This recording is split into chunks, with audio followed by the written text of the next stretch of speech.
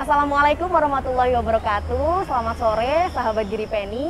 Kali ini media Giri Penny punya kesempatan untuk berkunjung ke Sanggar Langit Alang-Alang. Ini di Gunung Gempal ya Bu ya? Oke, nah saat ini Aca sudah bersama dengan Mbak Dewi. Dan Mbak Dewi ini adalah sebagai apa nih Mbak Dewi? Ownernya kah?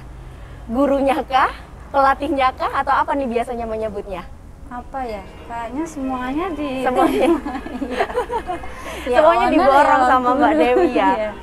Oke, nah ini Mbak, kalau Sanggar Langit Alang-Alang sendiri dari kapan sih ada? Ya, Sanggar Langit Alang-Alang itu berdiri dari tahun 2013.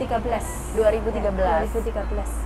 Oke, berarti sudah lumayan lama ya? Ya, hampir 9 tahun. 9 tahun. Hampir 9 tahun besok April. April? Iya, tanggal 7 April tepatnya. Oke, baiklah. Dan ini emang dari pertama itu sudah di sini dengan gedung yang seperti ini? Belum.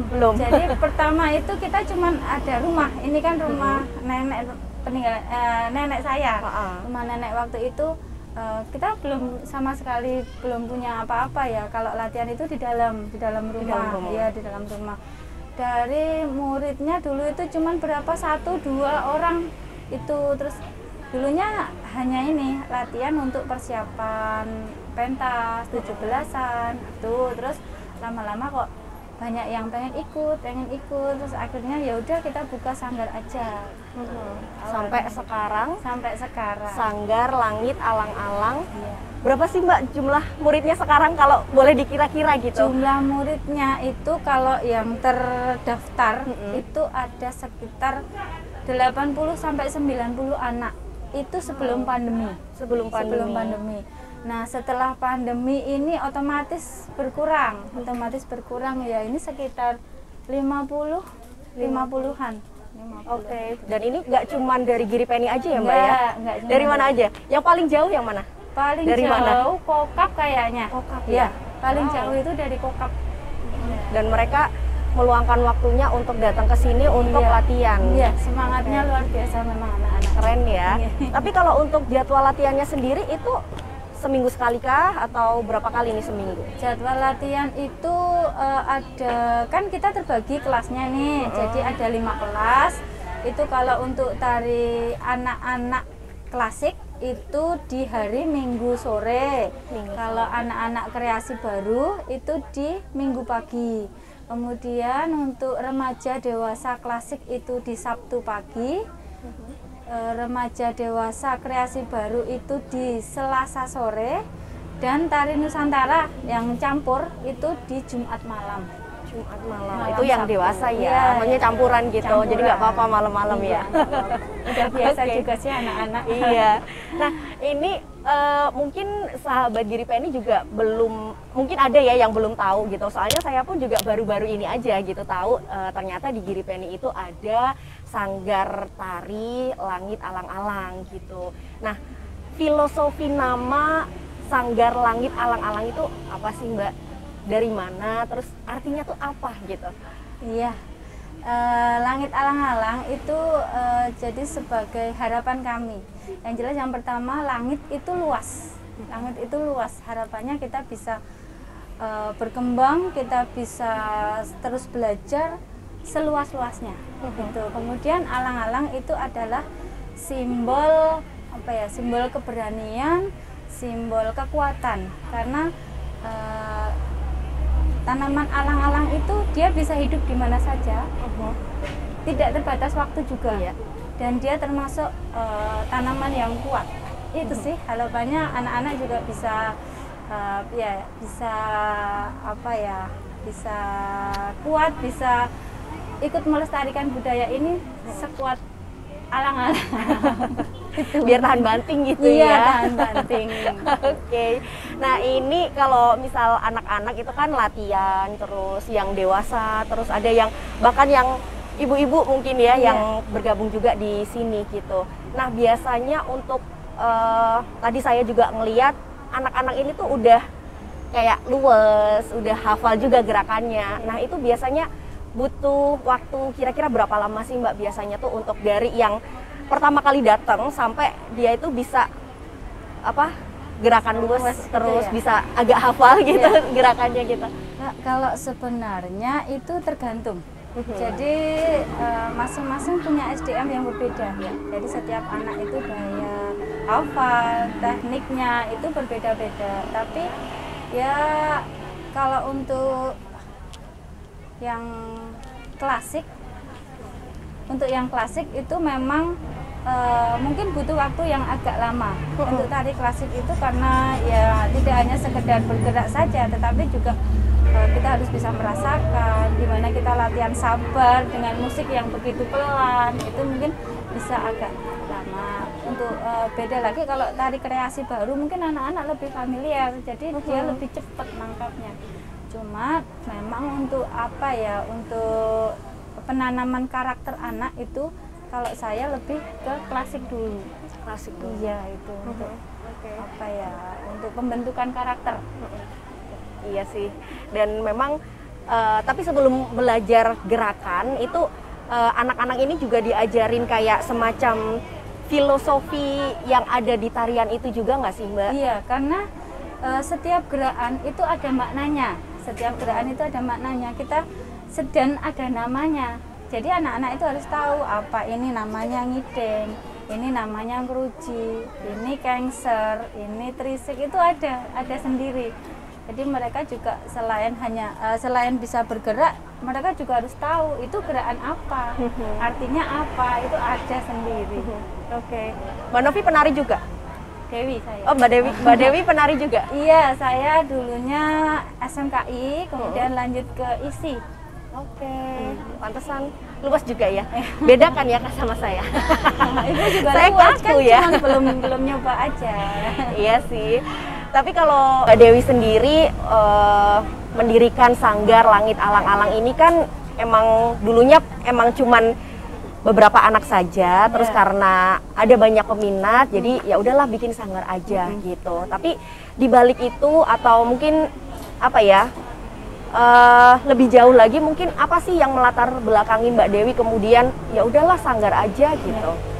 Yang jelas pertama jelas melestarikan budaya. Itu harus, karena saya masuk SMKI itu tujuannya apa? Saya juga pengen melestarikan budaya. Terus kalau saya sudah mendapatkan ini, saya sudah ada tekad, saya kepengen budaya itu tetap lestari. Kalau hanya berhenti di saya, nggak ada artinya. Saya pikirnya gitu. Kemudian saya lihat anak-anak itu kan memang generasi yang sangat pas, sangat bagus untuk apa ya, bisa melestarikan. Karena kalau nggak dimulai dari diri kita, nggak dimulai dari yang kecil, siapa nanti yang akan melestarikan? Jadi yang pertama memang melestarikan budaya, yang kedua saya pengen memberi kegiatan yang positif kepada anak-anak, karena kan ya semakin kesini zamannya semakin ini ya, kalau anak-anak itu tidak digiring ke hal-hal yang positif, nanti kan mereka takutnya keluar jalur gitu. Sayang ya Mbak ya. Dan lagi pula juga kayak anak-anak tuh kayak kebanyakan energi gitu nggak sih Mbak? Jadi kalau tidak disalurkan ke kegiatan yang baik, yang positif, tentunya sayang gitu. Tapi untuk orang tua sendiri nih Mbak, biasanya kan orang tua kayak mungkin takut anaknya capek atau udah les ini, les itu, ataupun juga mereka tuh lebih ada beberapa yang memilih untuk aku lesin mata pelajaran aja deh daripada nari seperti itu. Nah Mbak Dewi sendiri ada nggak sih kayak semacam apa ya, mungkin pesan untuk orang tua nih, mengajak mereka gitu untuk masukin anaknya atau mungkin mengajarkan anaknya menari, apalagi tarian Jawa tradisional dan lain sebagainya. Iya sih, sebenarnya ya memang kalau orang tua itu kebanyakan mereka pikirnya harus pintar itu hanya di mata pelajaran, harus pintar bahasa Inggris, harus pintar ini.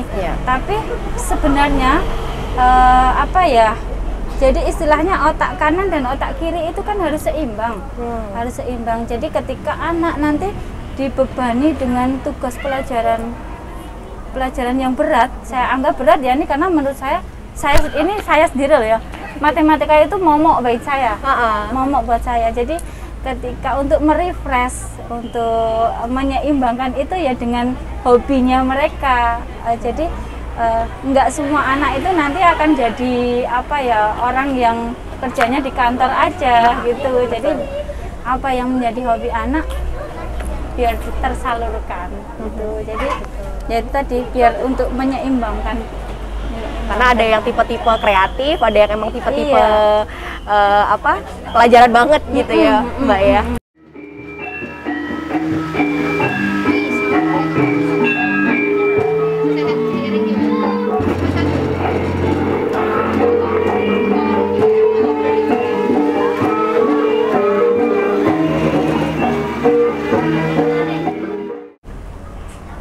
Tadi kan kita udah ngebahas tentang anak-anak, tentang murid, orang tuanya juga kita bahas ya, Mbak Dewi ya. Nah ini kalau untuk tenaga pengajarnya di sini, itu selain Mbak Dewi ada siapa aja? Ada 4 tenaga pengajarnya itu, dan 1 itu ada admin yang mengurusi administrasi, itu saya sendiri. Terus kemudian ada Ibu Fetriani, SPD, beliau lulusan UNY Seni Tari. Kemudian ada Mbak Rahma Indrasari, beliau lulusan ISI, jurusan Seni Tari juga, dan saat ini sedang melanjutkan studi S2. Ya, studi S2. Terus yang terakhir ada Mbak Deni Fitriani, itu lulusan Akademi Komunitas Seni dan Budaya. Ya, terus adminnya ada Desit Ambarsari, itu yang mengurusi pengadministrasian. Jadi semuanya memang latar belakangnya tari dan juga seni ya Mbak ya? Iya. Oke. Emang sengaja? Emang harus seperti itu atau? Enggak sih, enggak harus, kebetulan aja. Kebetulan, jadi saya teman-teman kan sering main ke sini, terus istilahnya tak sambati gitu toh.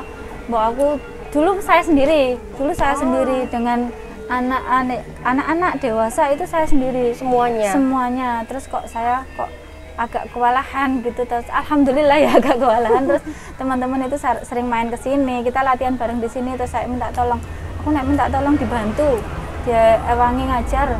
Ternyata mereka oke. Ternyata mereka iya, terus ya udah, terus jalan aja gitu. Oke. Berarti memang semuanya cinta sama budaya dan juga seni tari ini ya, sampai-sampai ya nggak apa-apa ngajar anak-anak, apalagi lucu-lucu ya. Tapi dari umur berapa sih Mbak untuk muridnya sendiri? Range umurnya tuh kayaknya tadi ada yang kecil banget, ada yang udah dewasa gitu. Ini yang udah remaja dewasa. Ini lagi nari apa Mbak? Ini tari Sekar Pudiastuti. Sekar Pudiastuti. Tari klasik juga ini. Tari klasik ya. Yang paling kecil itu 3-4 tahun itu ada. Sudah dimasukkan ke sini? Sudah masuk. Itu orang tuanya mendukung, anaknya juga semangat. Kebetulan jadi ya cocok ya. Kalau usia yang paling sepuh pun ada. Ibu-ibu masih mau belajar, ada. Keren ya. Itu tadi Ibu Nining.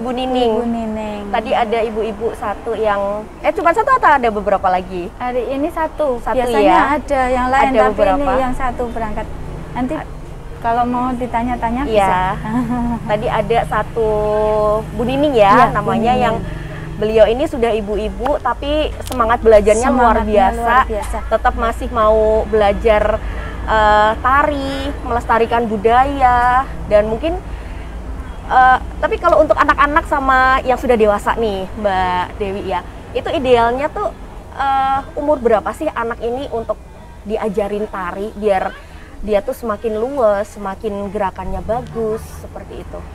Semakin kecil umurnya dasar itu lebih bagus. Jadi mungkin TK itu udah latihan nggak apa-apa, justru malah bagus. Jadi anak kan kelihatan, oh ini arahnya, oh anak ini kreativitasnya, minatnya di sini, itu bisa dilihat dari kecil. Oke, jadi nggak apa-apa ya, masih kecil pun juga boleh untuk belajar, walaupun mungkin pertama-pertama juga belum yang terarah atau masih mut-mutan gitu ya Mbak ya, biasanya ya. Yang udah sampai sini udah pakai baju seragam gitu, sampai sini wes nangis.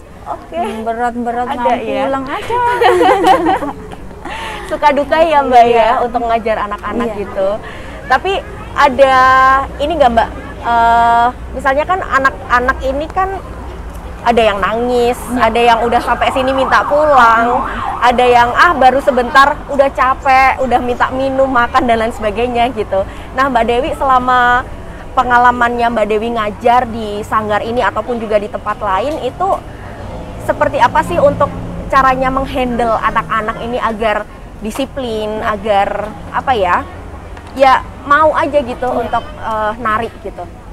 Sebenarnya dengan menari itu otomatis mereka belajar disiplin ya, karena mendengarkan musik itu kalau mereka nggak disiplin, mereka terlambat satu hitungan saja sudah nanti sampai belakang ambiar istilahnya. Jadi dengan menari pun jadi anak-anak bisa terlatih, disiplinnya terlatih, kemudian perasaan kepekaannya terlatih, hafalannya terlatih, itu secara otomatis. Jadi kebanyakan anak yang mau belajar menari itu mentalnya lebih bagus, mereka percaya dirinya lebih bagus, dan disiplinnya juga lebih bagus. Jadi itu beberapa manfaat menari ya Mbak ya. Selain juga dan olah rasa juga. Olahraga dan olah rasa. Ya, harus seimbang, seimbang. Betul. Ini kita juga bisa ngelihat sahabat Giri Penny ini, kalau ini yang anak-anak tari kreasi. Ini tari kreasi. Ya, ini tari Candi Ayu. Cantik Ayu. Oke. Itu kan udah lumayan hafal, udah luwes, udah ya udah kayak penari beneran gitu. Bukan cuman latihan aja gitu kan. Keren ya. Tapi kalau untuk anak dari awal masuk ke sini terus sampai dia bisa seperti ini tuh butuh berapa lama sih Mbak biasanya? Kalau di sanggar ini kita punya target. Jadi selama 6 bulan itu kita akan latihan. Terus nanti di 6 bulan terakhir itu biasanya kita adakan ujian. Ujiannya ujiannya ya materi yang diberikan itu. Terus nanti kita dandani komplit, pakai kostum, pakai make up, ya mungkin kita tarik lah untuk biaya make upnya itu. Kemudian nanti orang tuanya kita undang dan menyaksikan hasilnya putra-putrinya belajar di sini. Itu selama ini kita itu adain ujian. Oke, jadi memang ada targetnya ya. Jadi nggak cuma latihan-latihan aja, tapi tanpa ada hasil juga gitu. Betul. Oke. Tapi kalau untuk kegiatan selama pandemi sendiri Mbak, seperti apa sih anak-anak datang latihan di sini? Ada perubahankah atau? Iya. Kemarin kita sempat off 2 tahun. Benar-benar off 2 tahun. Ya, kita. Jadi pemerintah sudah mulai pandemi itu saya juga takut nanti juga menyalahi aturan, kita off. Ini mulai belum lama, baru Januari ini baru mulai lagi setelah kondisinya lumayan terkendali. Kalau dulu memang 1 kali masuk itu semuanya, tapi yang pertama ini, terus kemudian untuk protokol kesehatan kita bagi-bagi kelas, jadi kan sedikit Oke.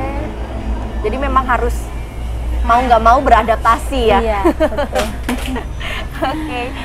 Mbak, ini kalau ngomongin tentang nari, itu kan kata Mbak Dewi tadi semakin kecil itu semakin bagus gitu untuk belajar.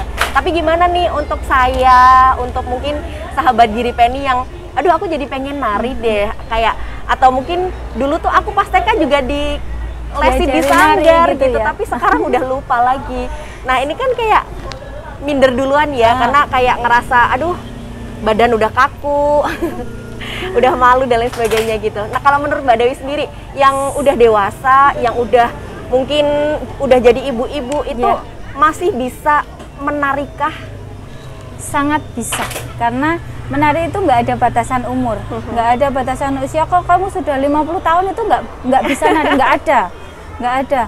Justru malah dengan menari, selain kita bonus olahraga, olah rasa, sehat. Itu kalau menari itu juga bisa digunakan untuk terapi loh. Iya, terapi mencegah kepikunan. Kan kan Karena harus ingat gerakan ya. Iya, mengingat gerakan. Terus oh kalau gendingnya ini, kalau musiknya ini kita harus ngepas ke iringannya. Itu kan berarti kita berpikir. Iya. Jadi nggak ada kata terlambat untuk menari. Jadi otaknya juga jalan terus Iya. ya Mbak ya. Jadi buat sahabat Giri Penny yang pengen belajar, boleh ya Mbak daftar ke sini ya? Boleh sekali. Boleh. Nanti sama aku satu kelas. Siap. Untuk kelas pemula tapi udah besar ya. Ya. Nggak yang anak-anak kecil. Ya. Nih saya juga bakalan kalah narinya sama anak-anak ini Mbak. Waduh, payah ya. Tapi kalau untuk Sanggar Langit Alang-Alang, pernah nggak sih untuk ikut lomba-lomba, kompetisi seperti itu? Pasti pernah dong Mbak Dewi. Iya, alhamdulillah kita dulu itu ikut apa ya, festival senam angguk kreasi. Itu malah yang pertama kali kita ikut, yang ngadain provinsi waktu itu. Jadi pesertanya itu dari semua kabupaten. Alhamdulillah kita dapat juara 1. Waktu itu pelaksananya di Kokap, saya lupa tahun berapa. Terus ada lomba lagi, kita ikut aja, entah menang atau kalah itu urusannya duri kayak gitu. Yang penting ikut apapun lomba ikut. Nah, kemarin terakhir juga ikut ini lomba apa festival angguk, itu juga alhamdulillah juara 1 juga itu. Terus kemarin anak-anak ini juga mewakili Giri Penny juga. Iya. Dari Sanggar itu mewakili Giri Penny kemarin di festival upacara adat itu juara 2. Yang terakhir kemarin festival rintisan Desa Giri Penny, alhamdulillah Giri Penny jadi juara 1. Tapi ya memang perangkatnya Desa Giri Penny juga luar biasa. Motivasinya luar biasa. Kalau nggak dimotivasi kita juga nggak bisa berkembang. Subscribe. Ini kalau untuk pentas atau untuk lomba kayak gitu, Mbak Dewi mempersiapkan anak-anaknya atau teman-teman tuh berapa lama sih Mbak untuk bisa latihan? Apakah harus latihan intensif setiap hari atau seperti apa? Untuk persiapan lomba kita memang harus intens. Jadi bisa setiap malam latihan, atau ya pokoknya kalau memang ada waktu, penari bisa, pemusik bisa, kita usahakan untuk selalu latihan, karena itu usaha tidak akan mengkhianati hasil. Itu sih. Jadi harus tetap intens latihan.